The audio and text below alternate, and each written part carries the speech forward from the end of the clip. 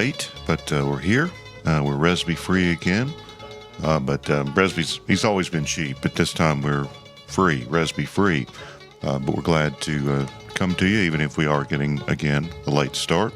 Sometimes the vagaries of the internet and guests have trouble connecting, but here we are. Dr. Dom Aquila is joining us by phone. And are you there, Doctor? Yes, I am. Good to be with you tonight. Good. We can hear you. A little choppy, but that's just part of the Bluetooth thing. So keep the phone near your mouth and speak up, and Okay. we'll get through this. So what we will, it's we're a week and a half now past the close of the General Assembly, just a week before last. You were there. Didn't get to spend a whole lot of time with you, but it was good. The few minutes I spent with you, and there's a lot of self-examination and denominational examination after a General Assembly like this. I assume that's what you experience as well. Oh, absolutely. In fact, a few times that we did meet, we just had an opportunity to sort of make a sort of an instant analysis, sort of like color commentating on some things that were happening at the various moments on the floor of the General Assembly.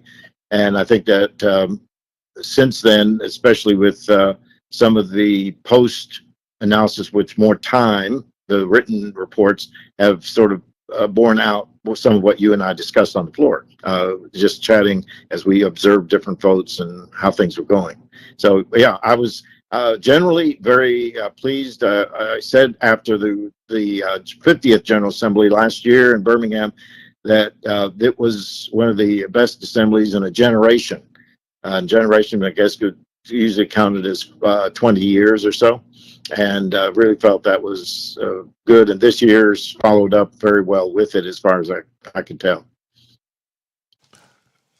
So it was another large assembly, over 2,000 commissioners. It was in Richmond, Virginia. 2,170. That was the last count I saw. Yeah, I think unofficially we were right back at 30% of ruling elders. That may be the new normal. I wrote a piece about that as well.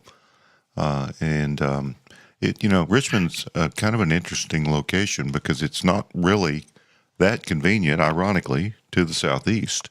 It's convenient to a part of the PCA where there are a lot of churches, Northern Virginia, Maryland, and then Pennsylvania, I guess, in some ways. But it's not, it's not Birmingham. But the demographics of the assembly seemed still pretty much like they've been the last 3 or so. Any thoughts on that? Yeah, well, when they do the testing of the clicker to the digital clicker, one of the questions is asked, how far did you come?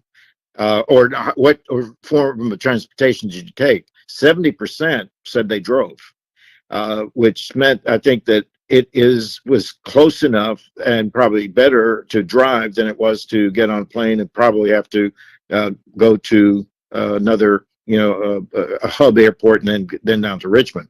And so my sense is that it is centrally located in one sense for a vast number, since it was 70% that chose to drive. It was a pretty good haul from Tennessee, I must say. Yeah, but from there it was a little bit more, yes. Yes, and traffic up there is not insignificant on Highway 81. But it was good to see you. I wrote a piece called, you probably don't get this, our friend Zoe came up with the idea, the Eras Tour, the PCA Eras Tour. You may not know Dr. Aquila, and that's what Taylor Swift's concert tour is called, the Eras Tour. So that's okay. No, I'm not as 50. I wouldn't know that, right? Yeah, well, it didn't occur to me. So we have to credit Zoe with the show title and the article title. Okay. But anyway, let's talk about what you have to say is much more important than what I wrote. But what I wrote is going to be the basis of our jumping off point at any event. So one odd thing, I think it's an odd thing about the assembly, was that the most dramatic moment, one of them, was right at the beginning.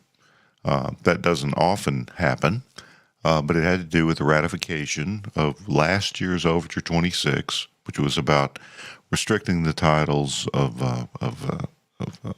deacon and elder and pastor to ordained men.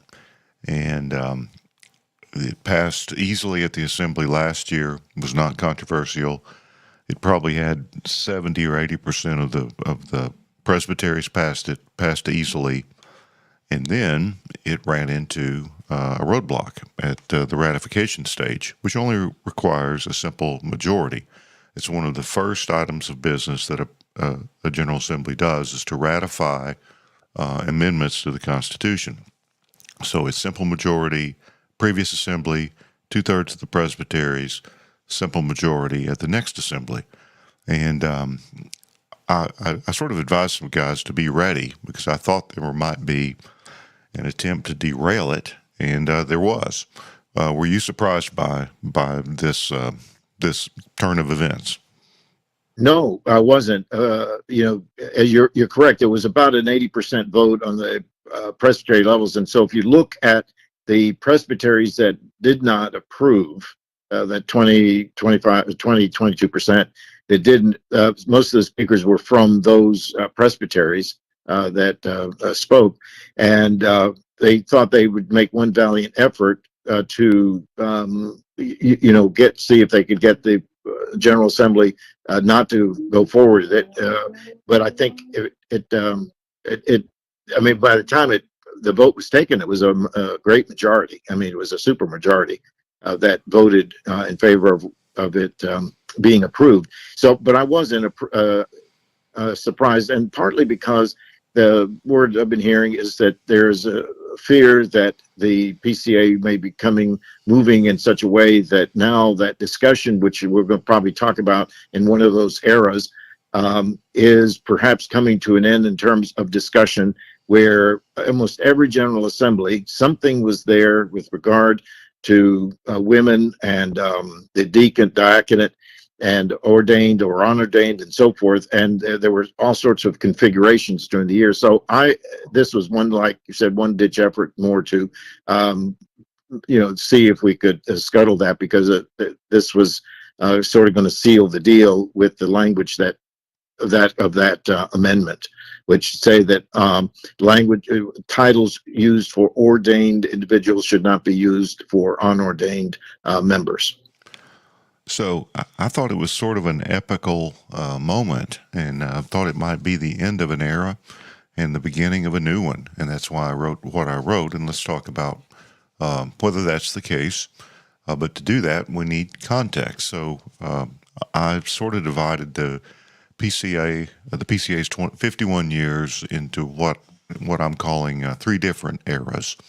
Our friend David Hall wrote a book, kind of a very personal and sort of witty and ironic. It's called, I think it's called, there's irony in the title, but a history of the PCA, which published last year. I haven't read all of it, but I ran my thesis with these eras by him, and he agreed that it was valid, although it's certainly not the only way to look at it.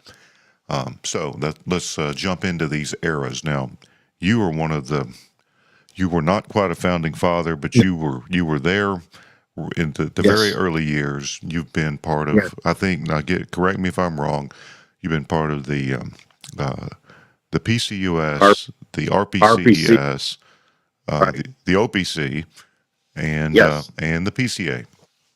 Correct. And so you know where all the bodies are buried.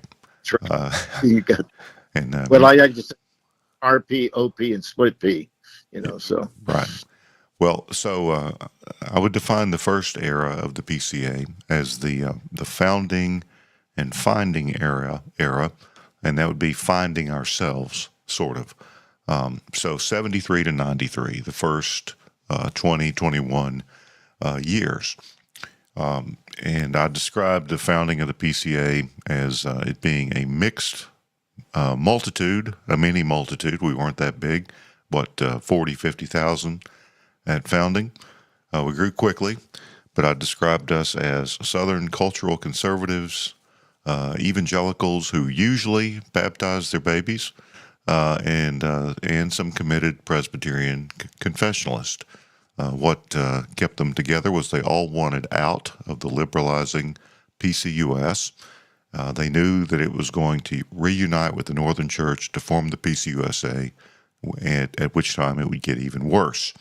And I wrote that you only need to look at the resultant wretched rainbow that the PCUSA union denomination has become in 2024 to see that our imperfect founders did the right thing. Is that Yes. is that a fair assessment? Yes. I would say yes. It is that by creating what I guess, for lack of a better term, would be a grassroots church, that really helped a lot, as opposed to putting in a lot of things that would be top down, which would probably have stymied things. And when we get to the second era, we're going to be talking about an attempt that would really have made it a more moved it from grassroots to more top down, at least, or middle down, not top. And that would have made a major structural shift, which fortunately was defeated. So yes, I agree. The grassroots setting on it, to the point where each committee, what I'd always like to say was, we were sort of like a denomination that were bound together with mutual love and affirmation and confirmation. But we were going to almost operate as independent mission boards, where each board has to raise its own funds to survive, so there would not be a central treasury, and so that money strings wouldn't be held from the top, but again from the bottom. So that definitely was, I think, a very important distinction that may have to be revisited in time, but for the last 50 years at least, it has served us well. So there was actually, so the PCA formed in 73, and the RPCS came in 82. So we were trying to find ourselves. I think I described it as, we had some angst about cultural influence, and that we needed to be bigger. We came out of a big mainline denomination. That's what we were used to, and that's what we wanted to be. I mean, one of the historians of the PCA has described us as a conservative mainline denomination. I don't know if I agree with that characterization, but he identified that sentiment anyway, the desire for size and growth and cultural impact, and also impact on the larger evangelicalism. I did not mention it in the article, but I think around 87, the first of the sort of kind of groups of elites who wanted to shape the direction of the denomination got together. Wasn't there something called the Vision Caucus, even maybe around 87, something like that? Right. It was about 88, 89, because that's about the time that I was getting more active in the PCA, and it formed so that we were meeting for a while, mainly in Atlanta, and came up with that document that you have the picture of in your screenshot of in your article. But let me go back just a little bit, because talking about trying to, the earlier years, 73 to 82, let's say, before the Reformed Presbyterian Church was joined and received by the PCA, that the church was still trying to find its way. And I think this is important, that the desire to get out of the U.S. church was that the seeing it as a lost cause, where the neo-orthodoxy had become so prominent and dominant in the church, in the seminaries, and therefore it was affecting those who were graduating, and the preaching. Along with that, then, was also the desire for women to be ordained then, because the United Church allowed for officers, women officers, and there were still attempts to merge or have a plan of union with what was then United Presbyterian Church, because it had not yet changed its name to the initials it had now. And then also the whole identification with culture was something that was really dominant. So those were things that were saying that's not the direction we want to go, or what they were calling then, and we still do it, the social gospel. So, and here's just the data points. When the PCA came together, there was just a great release that these churches that formed almost 50,000 members from the very beginning. And so the first couple of general assemblies, there was everyone was rejoicing in that. But what was happening is that we were basically broad evangelicals because we've been fighting so long in the PCUSA, or the United Presbyterian Church, or the PCUS, the Southern Church, that it finally just sort of a burst of joy and excitement that we no longer have to have caucuses to deal with how we're going to deal with this put down over here and that attempt of centralized government over here. So, but we were broadly evangelicals. One of the indicators of that was that we joined right away with the National Association of Evangelicals, NAE, which in the last number of years, the PCA has since gotten out of because the NAE has been moving in different directions. But it was representative, though, at the time of seeing ourselves in that broad evangelical movement of that the National Association of Evangelicals represented. The second thing was that you had on the other side those who joined who had been impacted quite a bit by more the Rushdoony side and the Martin Lloyd-Jones preaching style and things like that.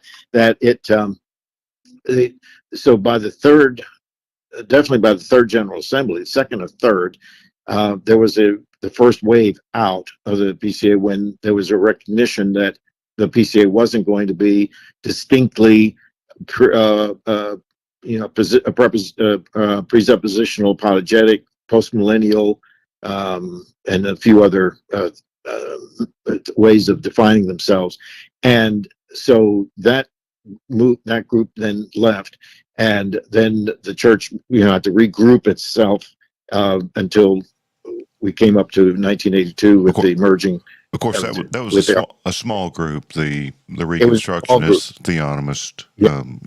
Yes, but it was what it showed though is that they saw that they thought it was going to be what they were because they were given indicators of that in different ways and found out it wasn't going to be. So that just gives a flavoring of what had transitioned at that point. So like when Buswell and McIntyre left early in the first year and a half of the OPC back in '37. So beware of millennial views. I guess that's one. Yes. And in fact, it was millennial, and also the issue of Christian liberty. That was another big issue in the life of the church. But yeah, it's not uncommon that new churches coming out will have now argue for their more narrower portion of the whole, and usually the broad middle prevails, and that's what happened in the PCA. All right. So in the late '80s, there were some of these. We'll call them progressive. Actually, I called them I've called them the missional middle as well. But there were people who got together and said, some people have told me that they didn't really want O. Palmer Robertson and Morton Smith to lead the PCA. They thought they maybe didn't like where that would have gone. So some young bucks were trying, and large church pastors were trying to guide the ship. In 1994, there was a meeting in Knoxville at a large church, Cedar Springs Presbyterian Church, that had come out of the main line, as I recall. I think they came in after 83. And they're now EPC. They've left the PCA as of 24 years ago or so. but that's a big church, and some other guys met, and you were one of them. You were one of Yeah. I didn't mention it in the piece, but it's all there in the links, and of course, the internet doesn't forget. This is all archived. But that was called PCA Consensus, and I linked to an article about it. Yes. And the text of the statement that was pretty much written in '94, but then republished in '98. So tell us what you Yeah. remember about that Okay. time. Well, This statement of identity, and of course, yeah. I can be honest and frank with you. And I'm not going to hurt your feelings. No. One of the reasons you were invited, you were kind of, in the very undiverse PCA of that day, you were one of the diversity guys, right? I mean, Yes. you didn't look like everyone else. You got that, and also think like them either. In fact, so that meeting and the consensus was intended to say we need an identity, which also proves to your point that the PCA was still wrestling with who are we. And so they were trying to say, let's fill in that vacuum that is there by coming up with this document, which had wound up having 7 chapters dealing with, of course, starting with Scripture and our view of it, and worship and so forth. In fact, I wrote I was the primary author of the one on worship, and that section was pretty good. Yes, I know. And I agree with you, because this is just the beginning. If you look at that time period, it's just when Willow Creek was starting to come along and beginning to change things. And so our church planting efforts were starting to shift in that direction. So one of the first distinctly Willow Creek model churches was planted out in California by a man who went with that purpose in mind. He was going to just replant it with a Presbyterian title on it, the Willow Creek model, and he was fairly successful at the time on it. So so that set a pace for other churches to follow that. So there was that desire to say, let's begin to branch out and say we need to reach our culture. So we have to say that Willow Creek really impacted and its philosophy of ministry and orientation quite a bit. So I was very glad that I got that chapter on worship, because I didn't want the Willow Creek model to be what's involved, but we wanted to have, as a friend of mine gave me this title, is that we wanted to present a TR without being that was PR. TR with PR. In other words, let's not be ashamed of our Reformed heritage and confession, and let's have it robust. But let's also have the sense of how we communicate it, so that we're not giving up the distinctives. We're not having to compromise the world and just be broadly evangelical to reach people. But we will find a way of winsomely, it is a word that became even more popular in the late the teens. Well, you didn't invent that term, did you? I didn't use that term. You didn't but invent it. You didn't invent it, though. I didn't invent it. No, it wasn't mine. But I did bring the TR with PR to the table. So that's the background, at least from my mind. And so once that document was produced, it had some effect, because it was broadly, it was middle. It was not on either side. So it set a pace for a while, which then produced what you're going to come up with the second group out of this, which would be the PPLN that came in the early 2000s. So, but the way we started out, because there were some people that were embarrassed that we were reformed, and that's the reason I came up with that little phrase to say, let's not be afraid of it. It's good. It's served us since at least 1517, and unless we want to go back to Paul, and let's honor that, but promote it correctly, and I think you'll find it helpful to the members as well as the church growth. So the TR with good PR, that's what you were looking for. Now you were trying to work with this fairly diverse Yes. group. I'm sure Tim Keller didn't plant his church until '89, but he had already made a splash. So he was invited to the '94 meeting. I read somewhere that 600 to 1,000 people were there. Do you remember it Yes. that way at the big church in Knoxville? Oh, yes, I do. So those, Yeah, that people had to make an that time. effort to get there. I mean, that's almost as big as the General Assemblies in those Hmm. days. So that was a big deal.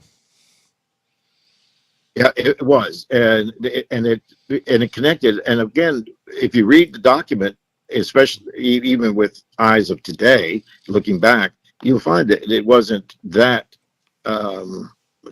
radical. It just put things together, nicely, I think, without being overwhelmed. Didn't use some of the buzzwords. The word missional wasn't being used at that time, and that came a little bit later, probably in the middle 2000s. It gained ascendancy, but but we were still finding our way, even to the point that I had become a assessor. We started the assessment center because it was turned out for that we had for church planners. for church plan and for MTW, so M&A and MTW, and they had put together this. And the point, part of the reason for it was that at the very beginning, in 73, 74, 75, what was then M&A was then called MUS, Submission to the US. And like I said, churches were so happy they could finally give money to something that they felt would be useful in the church, that the church was, the coffers were full. And so the guy who was heading up MUS, in essence, had money out of his back pocket, and he said, look, you look like a church planner, go over here and start a church, and here's some money, and you. And well, they found out that about 50% of those collapsed. They didn't make it. So they said, well, we better take a step back and assess this. And so they got a formalized program.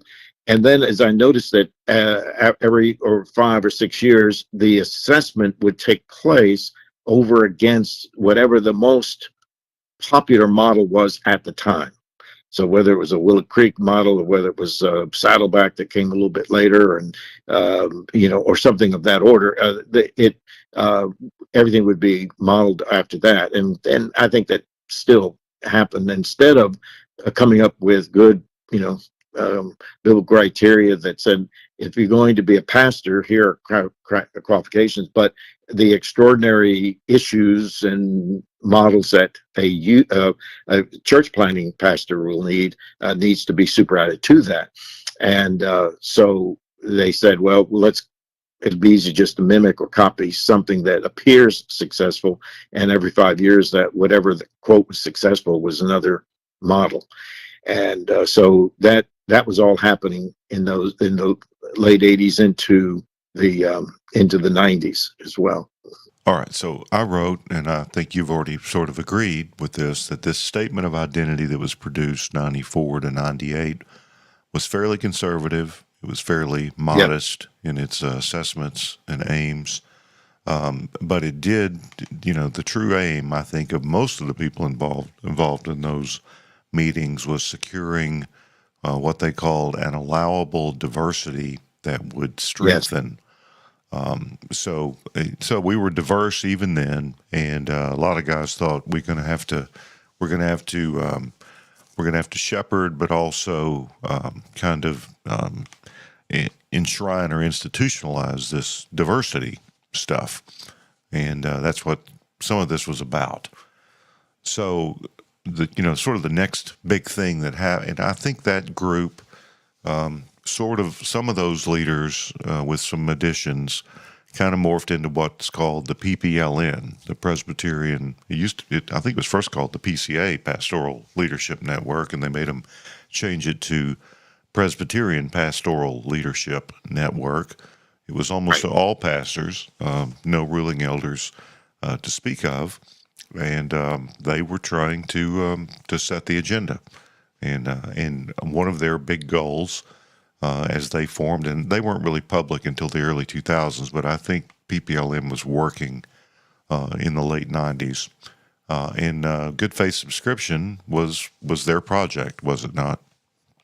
It was. It came right out of their statements, and they, as is true with anything that's going to be changed, you have some predicates. You look back now, before I think it was 2003 that was finalized.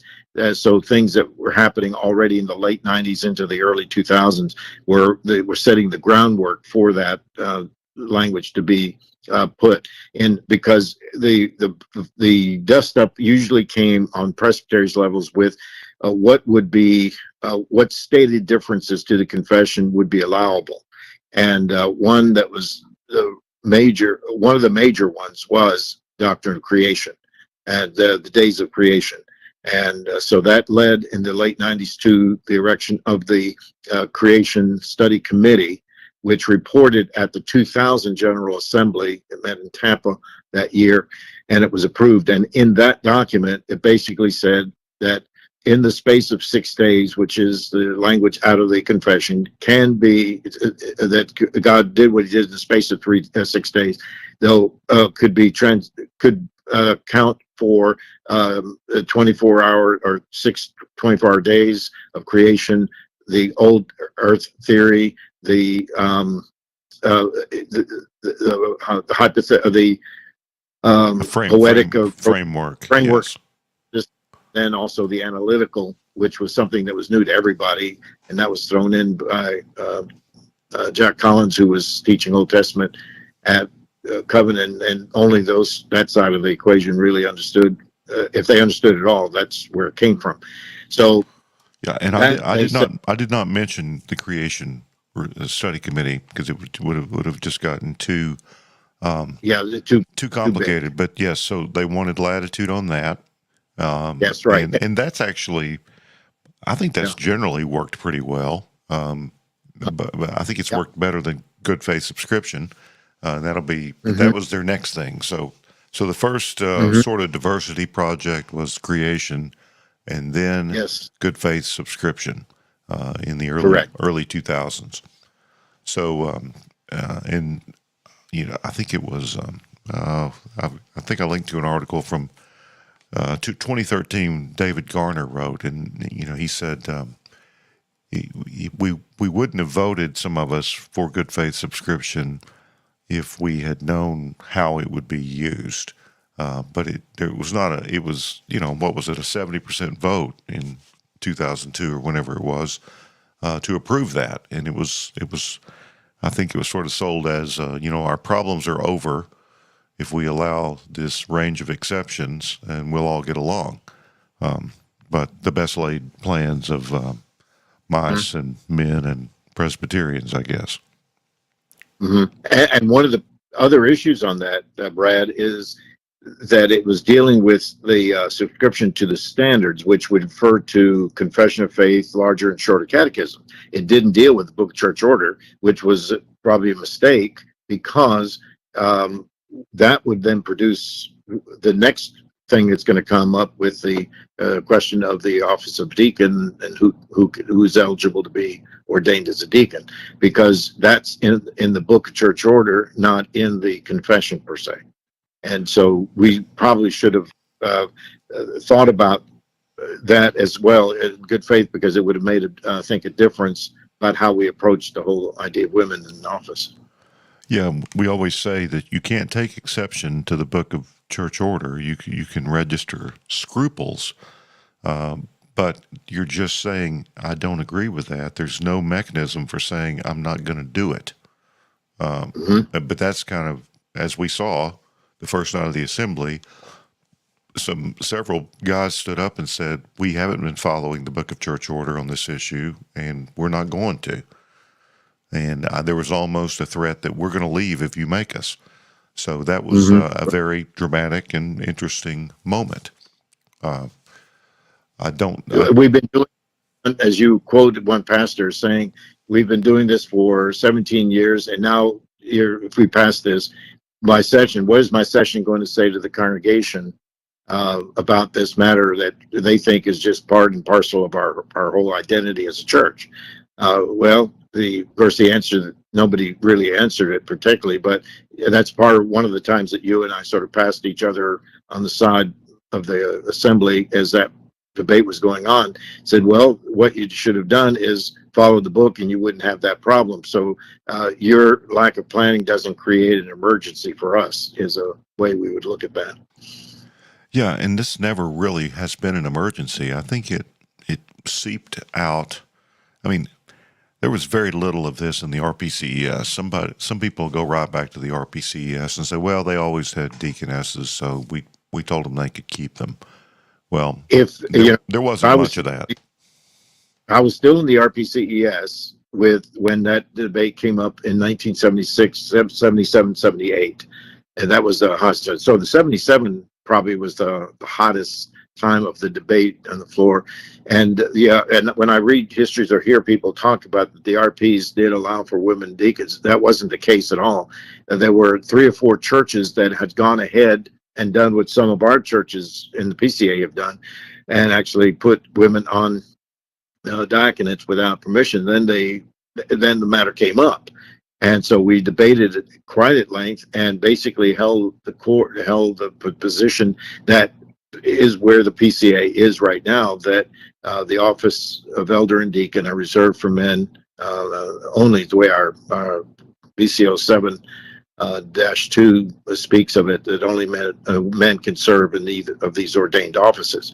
And so by 78, then 77 is when they came up with that, and 78 is when they said, okay, if you want to have women who are unordained, unelected by the congregation, unordained, and serving alongside of the deacons, and you can call them deaconesses, that would be allowed.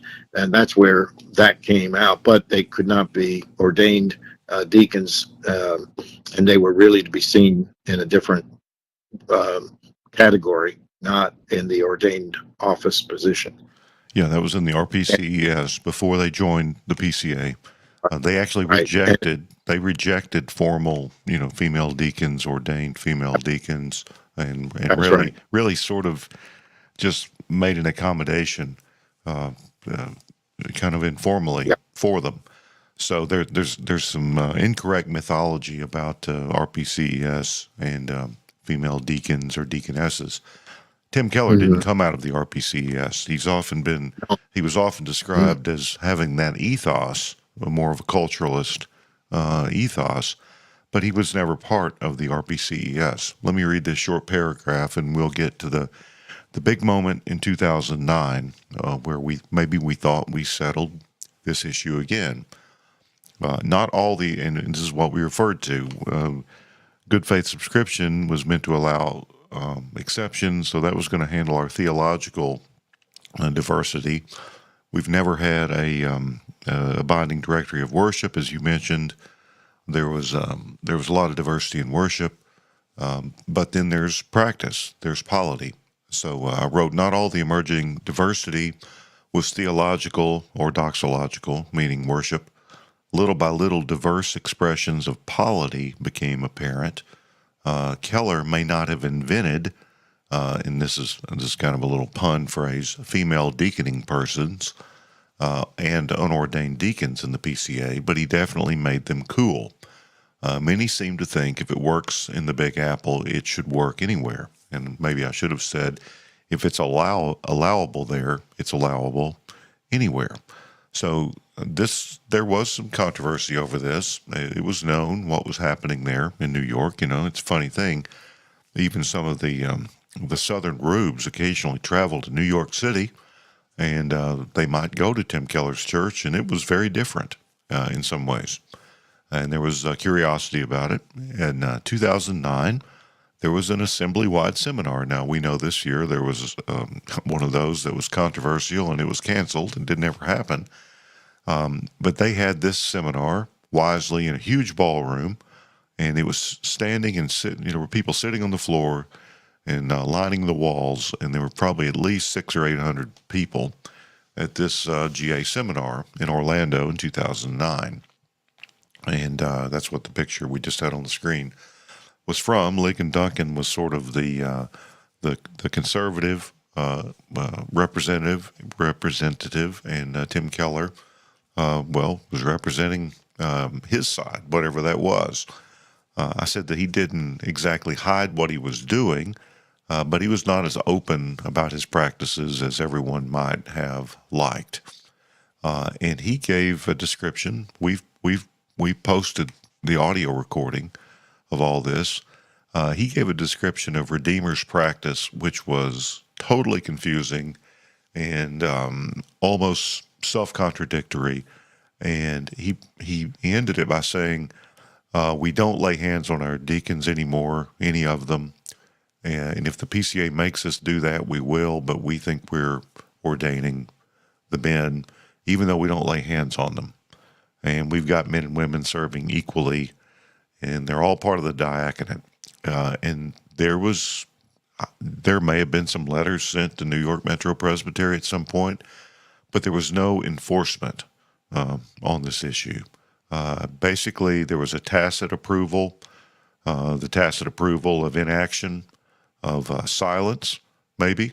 But what do you remember about 2009 and that whole thing? Okay, yeah, take that whole reason. I said this earlier on in my comments, that there was hardly an assembly in 2000, definitely from the early 2000s all the way till 2011. And the reason I say 11 is that's when we passed the amendment to PCO 7-3, or 9-3, dealing with deacons, that women, it's chapter 7, and then also there was something in chapter 9. But anyway, that basically ended with this, that sessions may, the session of the churches may choose godly men and women to come and serve along with the deacons, and they will be called deacon assistants, not deacons. They will be deacon assistants who are unordained, and working alongside of them. So I can't remember the phrase, but that finally was the put it to bed for a while. Okay, because as we're coming into the teens now, the 2011 and on, and so that was sort of the last hurrah for all these meetings, because the one in 2009 wasn't the only big assembly like that. There were at least 2 assemblies back to back where Lig Duncan and Tim Keller held forth and both of them attended, like the picture that you have on screen. All right, so I didn't know there was more than one of those. There was more than one. Okay. So This was a live issue, but again, nothing was done about it. And No. And that, well, there were every single assembly had overtures requesting in some way, somehow. They tried every kind of approach to have women serve as deacons in some way, unordained, ordained, and so forth. But they could sit with the elders or deacons or not, and every one of them did not pass. And none of them passed until that one in 2011. Yeah, and that's the BCO 9-2 deacon assistants, which really, Yes. and I always said it. I used to always say, if you call your deacon assistants who are female deaconesses, you should call the male deacon assistants male deaconesses. That's right. I mean, it doesn't make any sense, but it was kind of a wink, wink, nod, nod thing, and it got us to where we are today. And all the time, unfortunately, if you go back with the testimony of the man who one of the speakers on the assembly this past last couple of weeks, saying, well, we've been doing this for 17 years. That basically what you just said is the quote Keller model, is that, okay, what we'll do is we're going to elect deacons. We want the men. We'll have women that are appointed and they'll serve together. And we won't ordain any deacons. So that was how they concluded, which of course really was contrary to the book church order, which says that the deacon is, along with the elder, is an office that should, in which ordination should be done and performed, and because it is a biblical office that should have the ordained reality to it. So Yeah. Oh, my but assertion has always been that, we only have two offices, elder and yes, deacon, two classes of elders. If we had 7 offices and we got 6 of them right, that would be, that'd be pretty good. But we've only got 2, and we only have one doctrine of ordination. We don't have, we don't believe something different about ordination, how you do it, and what it means and what it does. right. One for And elders, one for deacons. So my contention would be that if you're going to undermine your entire doctrine of office and ordination, if you just you take a flyer on one of them, and that's what's been going on. We've had yeah, people that are called officers who aren't ordained, and we have people who've been called offices who could not legally be officers, and that's either a big deal or it's not. But I think it's a big deal. well, to prove your point about we only have the 2 offices, and they're really 2 classes of ordination, is that the ordination question, the vows that are pronounced to the elders, are the same ones that are given to the deacons, and the only thing that's changed is the part that says that do you promise to take oversight of this congregation for the elder, and do you promise to serve in the congregation to the deacon. So other than that, they take the same vows. There's except for the difference of what each office does at one point in the vows, everything's the same. And the PCA is sort of unique. The congregation actually takes vows to submit in ways that are proper, even to the deacons. It's an office of service, but there is a vow of obedience and submission of sorts, even to the deacons. Yes, that's why I'm saying. And Saying and that's why, I mean, that's one of the reasons, because they knew that that was not going to be appropriate for females, and so they stopped it or modified the vows, which I don't think we ought to do.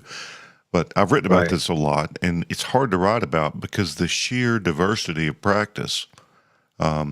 Because they're not following the book, they're making it up.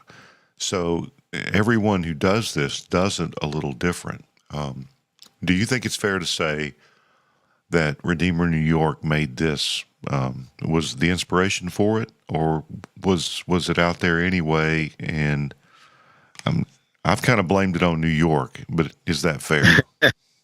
Correct. Well, so I would do that, but I have to go back if I could, because there was one speech that did quote or reference a number of authors that are fairly well known in the RPs and OPs. That's Ed Clowney and Bob Strimple and a couple of others, in which they wrote on the deacon early on. And by the way, those men were in the Orthodox Presbyterian Church, and they had already been saying or advocating for women being allowed to be ordained as deacons, and so when you go back and look at the family line, one of the individuals that had a great impact theologically and ecclesiologically on Tim Keller was Ed Clowney, and so that was there. Then you have to add to that just what was the carryover from the RPCES and their committee report, in which they allowed for deaconesses in that 78th synod, having said that they can't serve, as ordained individuals. So you had underground things going, but where it got its public exposure, I would agree with you, was someone of Keller's stature and reputation, and what was happening in his church at Redeemer in New York, that gave it visibility and credibility. Now that you could you could work out some model comparable to that, and that's where the churches began to do it.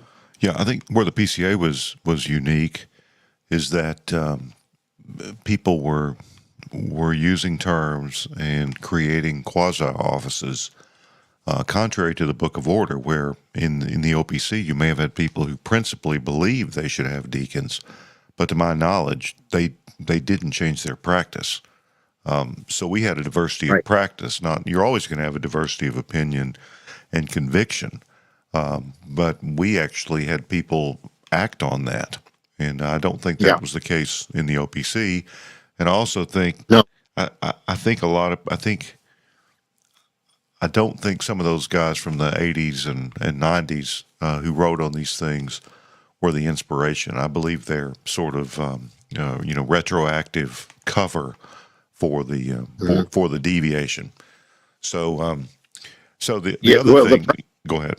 the theological underpinning, biblical exegesis that then was put in practice by the next generation, because they, Strimple and Clowney would definitely be of a different generation, and they didn't push for any changes in the OPC at the time. So, yeah. All right. So the next big sort of diversity thing, which had been years in the making, was the strategic plan, which passed in Nashville in 2010. And it was moderated a little bit. The first draft of it was pretty offensive to some of us, but it was all about diversity, seats at the table. That was one of the, and Right. kind of Safe place. realigning with Yep. more missional denominations. It even suggested in an early version that we might leave NAPARC because we didn't have anything in common with them. So diversity and this missional flexibility was in the air at this time. Yes. So in my mind, the 2010 strategic plan, which what time did we get out on Thursday night in Nashville? Like 2 a.m. There was Two. Was going to say a point, highlight that. However, actually, 2 years in a row that we went way into the evening, early morning. Yeah, so it was hard fought, but it passed, and it telling my contention is it told us what was coming, and what was coming were the and this is sort of faded away, but the racial reconciliation report and the women in ministry report, which really came down on the side of deacons should be ordained. And it kind of recognized diversity, but it really didn't give cover for those who were deviating. That came out in 2017, something like that. And it didn't predict revoice, but I think it sort of did. I think the ethos that that strategic plan had and the direction it was moving probably made something like revoice inevitable. Right. But just to add that a little bit more background data, because that was critical. And we had changed in 2005, 2006 in that area. I think it was when I was moderating 2006. I think we finalized a amendment to the RAO, which was Rules of Assembly Operation, that the Committee of Ministries, Cooperative Ministries Committee, which was made up of the heads of all of the committees and agencies of the PCA, that the moderators of the past 6 General Assemblies it would be there. So if you get elected, you're on it the first year, the second, for 6 years, and then you rotate off them. And so there's always at least 6 of past moderators there. The calling together of that meeting once a year, the moderators would meet with all the committee and heads in January, and the last moderator elected would serve as the convener, moderator, and so forth. Okay, so that first time that happened then was right after the 06 assembly. So in 2007, I was the first moderator. So we sort of putzed around wondering, what are we going to do? What's this mean? And so we sort of got our feet wet a little bit. But by 2008-9, it was beginning. The strategic plan was actually being presented there, and with the hope that the Cooperative Ministries Committee would be the one that actually would send it to Administrative Committee or something, and as a vehicle to get it before the Assembly. By the time we sort of got it was a top-down elite, Yes. and the assembly was dominated by certain sort of middle progressive groups at that point. And that's where the women's committee came from. That right? I think they actually proposed it. I think unconstitutionally. Exactly, and there was concern about that. So the point I was going to make is this: that was what I perceived to be a structural thing. Now, I've said on your program before here that I teach church history, and one of the parts is American church history. And when we get to what happened in the 20s, especially with the modernist fundamentalist controversy with Machen and what he led during the teens and 20s and 30s, all the way to the creating of the Orthodox Presbyterian Church in 1936, when he was eventually removed from the Northern Presbyterian Church, that they worked hard to get somebody elected as moderator. So in 1923, they got Clarence McCartney elected, and they everyone rejoiced because it was also at that assembly that they took and had a contrary take on Harry Emerson Fosdick's Shall the Fundamentalists Win? Remember, he had 5 points. And he preached it from the pulpit of the First Presbyterian Church of New York City, even though he was a Baptist, and in which he basically said, emphasize you can be a Christian, and he said you don't have to believe in the Bible, you have to believe in the miracles and virgin birth of Christ. You don't believe in the resurrection of Christ. You don't believe in his that he's coming back again, or in the regenerating work of the Spirit, and so forth. So he mentioned 5 things. If you can be a Christian even if you don't believe any of that. So that was really weighing on the fundamentalists of the day, and the conservative movement, which included Machen. So in 23, they were able, now with McCartney there, and they had the number of more conservative fundamentalists there, that they passed, contrary to that, affirming the fundamentals, those 5 points, to the contrary, sort of what Canons of Dort did with the Remonstrance. And so out of that came the Auburn Affirmation. And with 1,500, 2,000 ministers signed, and nobody ever charged them with anything. So, but the conservatives at that time thought we got one because we elected McCartney as moderator. That shows that we have the ability. But after that, things sort of went back to normal. What happened is that the machinery, because it was so top down, of the Presbyterian Church USA and the Northern Church, was so taken over by the modernists of the day that there was no way that anything would change. Why? And they also made some structural changes at Princeton, which is what, in terms of its internal structure, which led to Machen saying, okay, that really indicates that Princeton has the seeds that's going to take it to its demise. And in 1929, he and some others left and went across the Delaware River into Philadelphia and formed Westminster Seminary. So I always would lecture on that to say, now let's look at what happened there historically, and why there may have been some failure is that they were looking at, if we get the right people elected to these temporary offices year by year, then that shows that we're prevailing. When in fact, you really need to change the structure and the people who are running the structure.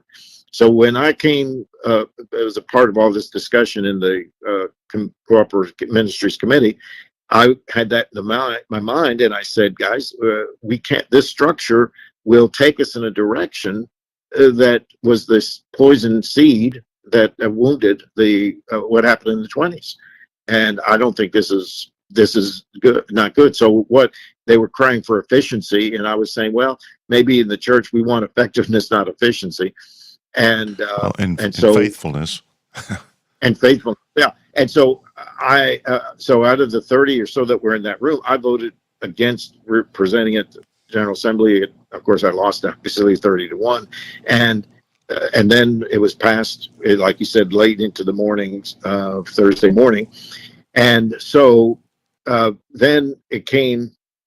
It would be sent down because it was amending Book of Church Order, Chapter 14, 1 and 2, and so it required a 2/3 vote of the of the presbyteries. So at that point, I had just started the Aquila report in May of 2008. It wasn't started with that intention because I didn't know what was coming around the corner. And so we used that as one vehicle to just write articles and say this is not a good thing for the church, and so forth. And I was asked to come and have actually debates on the floor of quite a few presbyteries during 2009 and 2010. And so I monitored, the whole thing, those debates through all the presbytery meetings. And so by January of 2010, we had what I called a super Saturday when I think 10 presbyteries were going to meet.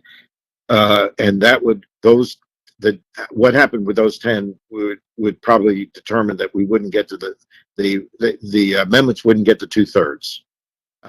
And so I was up because, of course, it ran from Eastern time zone to all the way to Pacific time zone.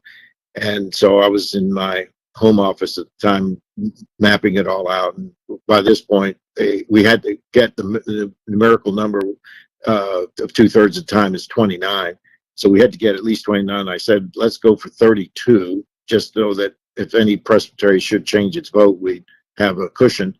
Well, by the time all the votes were done, we wound up voting with 43 presbyteries voting against the structural changes.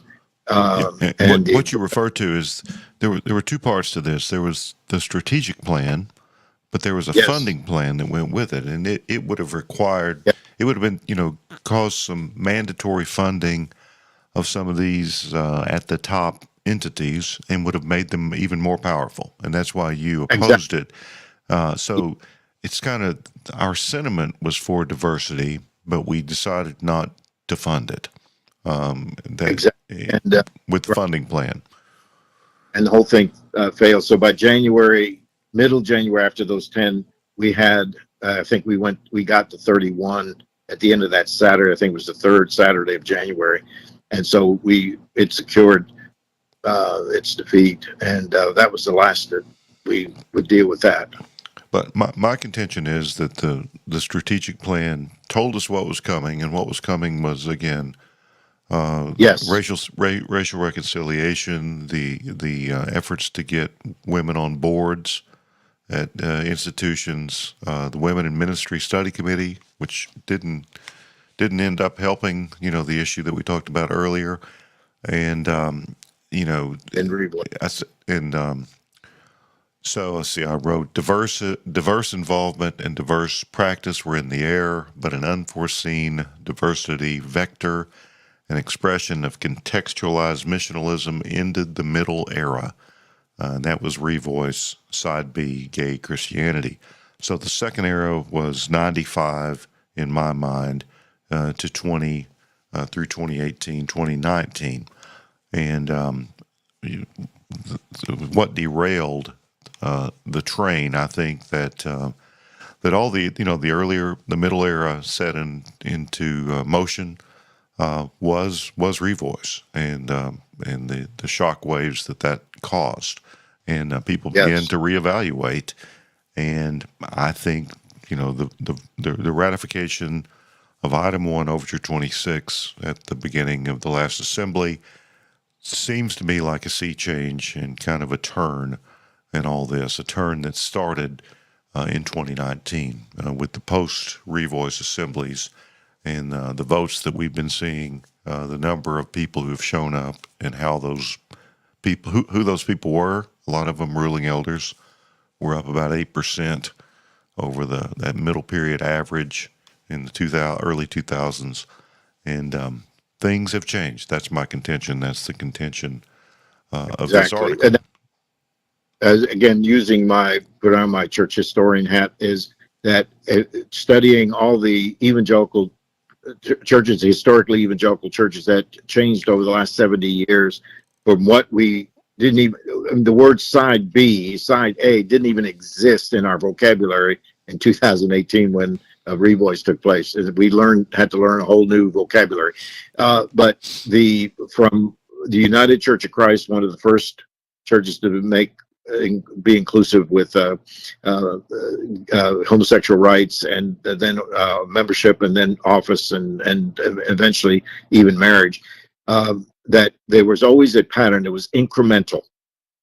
So you do a little bit here, a little bit there, you'll be here. So in, like, for instance, the PCUS, they took their first vote was almost affirming everything that the PCA would be pleased with in 1975, 74, 75.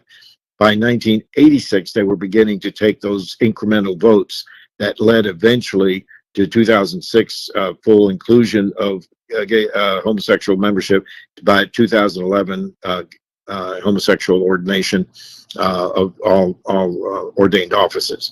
And that's what led in 2010-11 to the mass exodus from the USA Church to form the Evangelical Church, the Evangelical Covenant Order of Presbyterians. ECO is usually the shorthand phrase for that. So what happened then with the PCA is that we got, revoice was not supposed to come in full bloom, and that's what it did. So we had to deal with it as it was presented, and it wasn't incremental. And so it took us a while to get used to having even to talk about it. And so over the various assemblies, of course, we had COVID assembly in 2020 that wasn't there, so we skipped over that. But we finally got those enabling amendments to the Book of Church Order that clarified what the PCA believed it needed to clarify with regard to ordained office.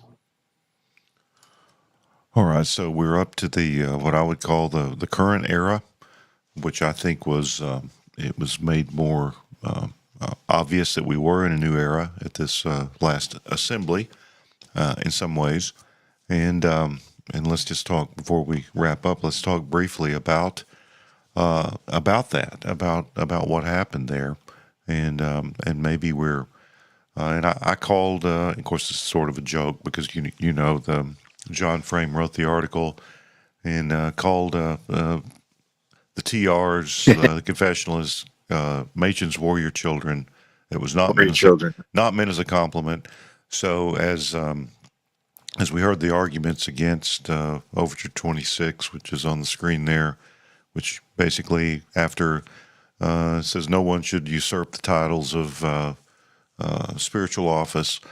Furthermore, unordained people shall not be referred to as or given the titles of the ordained offices of pastor, elder, or deacon. That's what they were protesting against.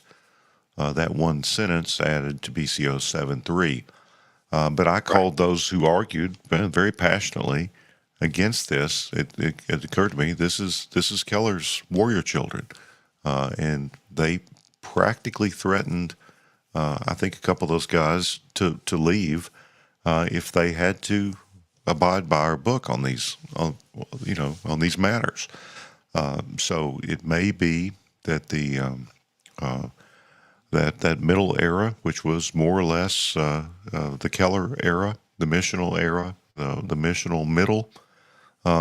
It may be that we're in a new day. I mean that's. There's a lot to do. We're still very diverse. We still have a lot of different opinions. But I think you would have probably noticed that our RPR committee, the Review of Presbyterian Records, has been much more of a mind to cite variations, doctrinal and with regard to practice. We're more willing to discipline than we are to preemptively prohibit things, I believe. But the assembly approved this, and it's the law of the church now. So where do you think we are? I mean, do you think churches will willingly comply? Do you think there'll be cases? I mean, it's going to take a while. Yes, but it would. One other thing. Teaching in my American Church History class is sort of as a wrap up at the sort of the last lectures that I give at the end of the course. Okay, where do we go?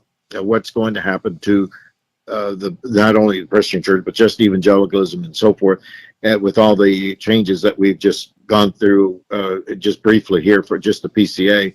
And so just looking at it from the Presbyterian system, I said, there's probably going to be, and the next, and I've been saying this from about 2010, maybe 5, maybe 10, somewhere in there, in the next 15, 20, maybe 30 years, a realignment of Presbyterianism and probably other broad denominations as well within the evangelical camp, where you will have, and just taking the Presbyterian model, one brand of Presbyterianism that will be what we would call New School, which is a historical word that was used, is started being used in the 19th century to refer to those that were Presbyterian, but holding to the confession, but lightly, and it was more suggestive than it was mandated.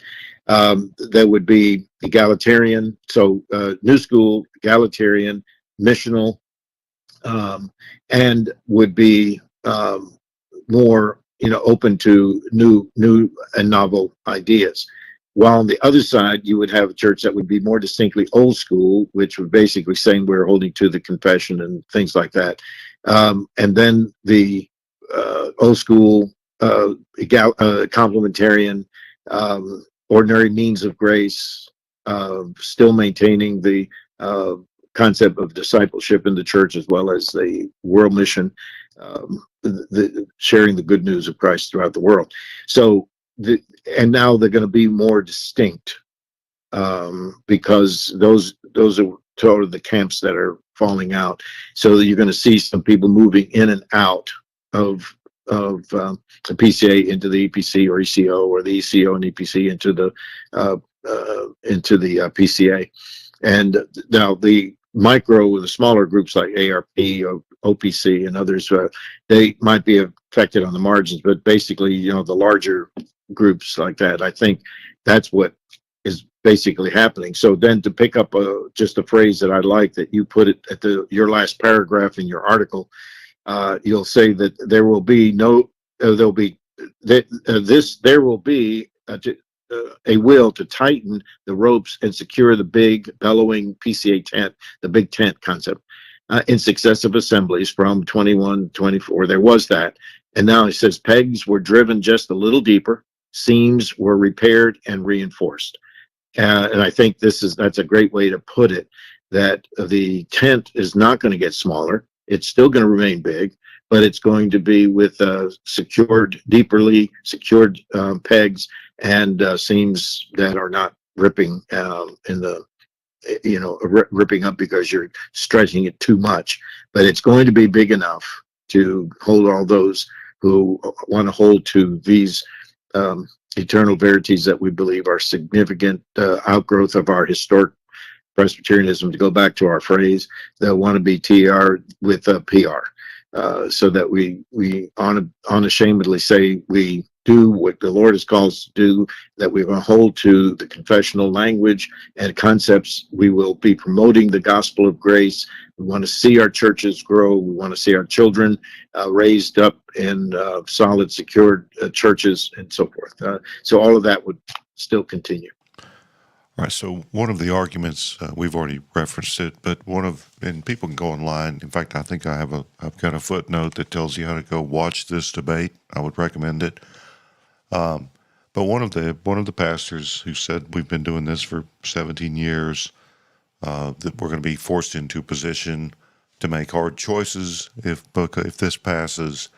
But he made the very interesting argument. He said if we are forced into a position where we have to make these kind of decisions, which is, to start ordaining our deacons and to stop calling our female quasi-officers deacons or members of the diaconate, quote, it will not be because our practice has shifted or changed. It will be because our denomination has changed and shifted and left us behind.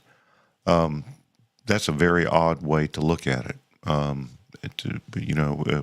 An informal de facto practice, understanding may have existed, but you shouldn't build your denominational house on handshake agreements and wink, wink, nod, nod, turn a blind eye to this or that, because we like these people and they mean well. I don't think the PCA, constitutionally, we haven't really changed. We may just have more of a will to be what we already were or should have been.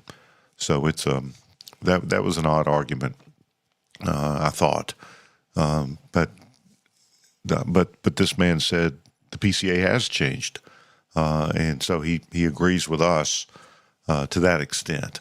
One thing I noted as we get ready to wrap up is that whereas the early eras of the PCA was formed, quoting Roy Taylor, primarily through the efforts of ruling elders, and then probably in the 80s it became more about the pastors, and those groups that we talked about, the Vision Caucus, PCA Consensus, PPLN. I didn't even mention the National Partnership, but we certainly could have, because it was sort of a restarting of the PPLN in the in the 2010s or so, and it's gone now.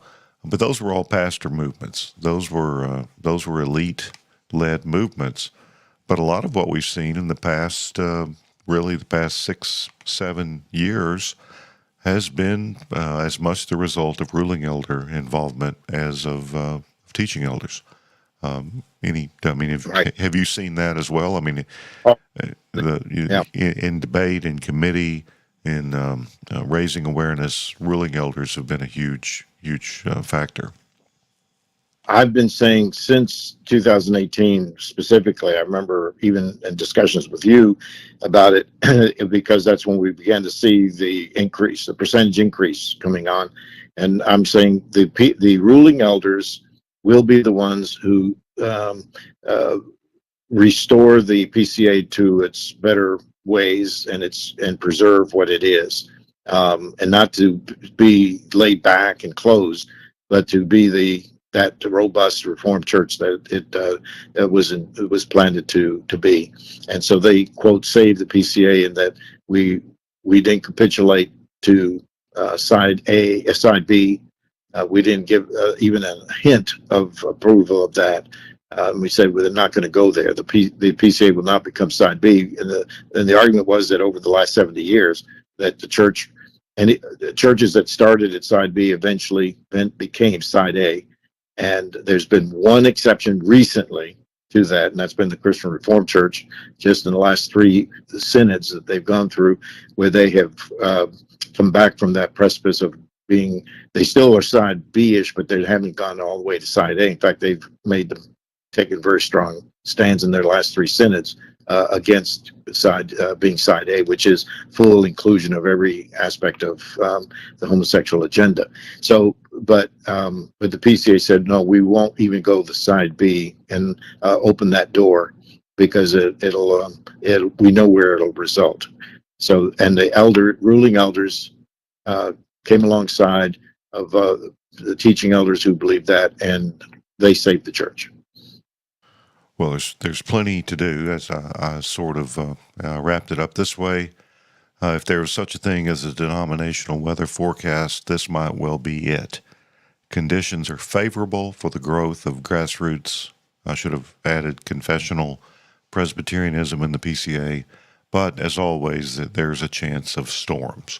There'll be some issue that distracts us or tries to get our attention. There always is. What I didn't mention, and you didn't either, but we easily could have, there in that middle period, we had the Federal Vision controversy, which I was about to say, which was a distraction, a huge distraction, and may have enabled some of these other deviations or things to go unnoticed, I think.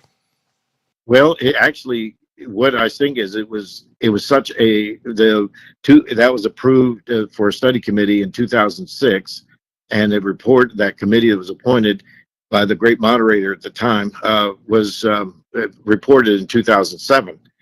and it was an excellent report, and it laid the foundation to say there was a very strong or significant line in the sand. We will not cross this line, and because that was everyone remembers. Someone just even yesterday, as late as yesterday, reminded me they were in the assembly and remember R.C. Sproul standing up on the matter because of saying Luther said that justification by faith alone is the standing or the falling of the church. So he argued that we need to approve the study committee, those recommendations that came out of that study committee, and that I think really solidified a lot of what was necessary theologically, so that we didn't lose the gospel. So yeah, I was going to mention that coming up there because it was a very contentious time for the life of the church as well, and so it was. I'm glad it got settled the way it did. Yeah, well, as they say, it's always something. There's always something next, and we often fight them. We prepare to fight the last war, and we're not always prepared for the next one. But we'll pray that the PCA will do well in responding to whatever comes in the future, and won't become so narrow and inhospitable that nobody wants to be a part of us. If you do take a look at this article, which we'll link to, there's a lot of links in the show notes, in the footnotes that could be very helpful. And it's amazing how much of this information is out there if you just go looking for it. And it's very interesting to go back. I love to go back to the old minutes and the old Presbyterian and Reformed News Service archive. And it's entertaining, but also informative. So, any sort of... Go ahead. Brad, just really quick, one more anecdotal illustration of how the shift came in the titles issue, because it didn't really come up in the vote.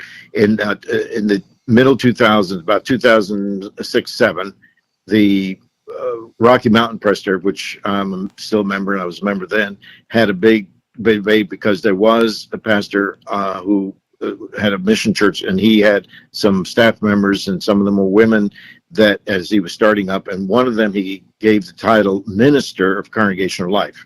Now, she wasn't ordained, and it was creating quite a consternation because it was a mission church. The presbytery said, well, we are overseeing you as a mission, so we're going to debate and discuss it. And the votes were very, very close in favor of allowing him to keep that. So there was a complaint. That complaint went to the Standing Judicial Commission, and saying that, arguing that the presbytery erred in allowing this church to use the word minister, which was reserved for ordained people, men. That and therefore, even in general parlance, it was used with that sense, and we lost that complaint. We use that term, this and that and the other, so it wasn't really that that was one of the, I think, mistakes, one of the errors. So here comes this now, the overture that was finally approved. And I said, that's interesting. This is exactly what we were fighting in 2006 and 7 in Rocky Mountain. Went to the SJC. We lost, and so people could use the term at least, and not be afraid of having the SJC overturn it. They could use the word minister or any other title you wanted, for it. And so that was 07 was that decision. So here we are, 17 years later, the General Assembly changes, the Constitution to say, no, that's not where we're going to be. Yeah, and the word minister doesn't appear in here, but I did some research, and every usage of minister in the Book of Church Order, it means pastor or elder. Yeah. So it's pretty obvious. It's not, you don't have to put every word in there, but there are only so many words in the BCO, and you can kind of figure out what they mean.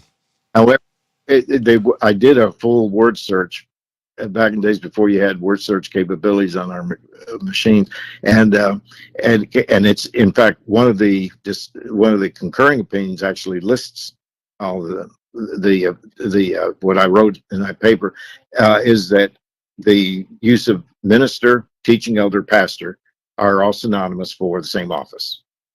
And so even with that, it still didn't prevail at the SJC. So that's the reason I'm saying, I agree with you that I think now we know better, but I just want to say it didn't prevail at that time. Right. Well, things have changed. That's the point I was trying to make. That doesn't mean everything's good. Doesn't mean that even if we get this right, we're still. I mean, there's more to the church. I get it than just Yeah. the polity, but I don't think you can't remain Presbyterian and confessional if polity is kind of a second tier issue. The polity protects the doctrine, and if you don't have ordained officers, qualified and properly understood, you're not going to retain the doctrine. I don't think, and I've written on that too, but I don't know. I'll have to go find that one. Don't remember exactly where that one was. So, This trip down. Go ahead. Thank you for your trip down memory lane. So it was well, wonderful.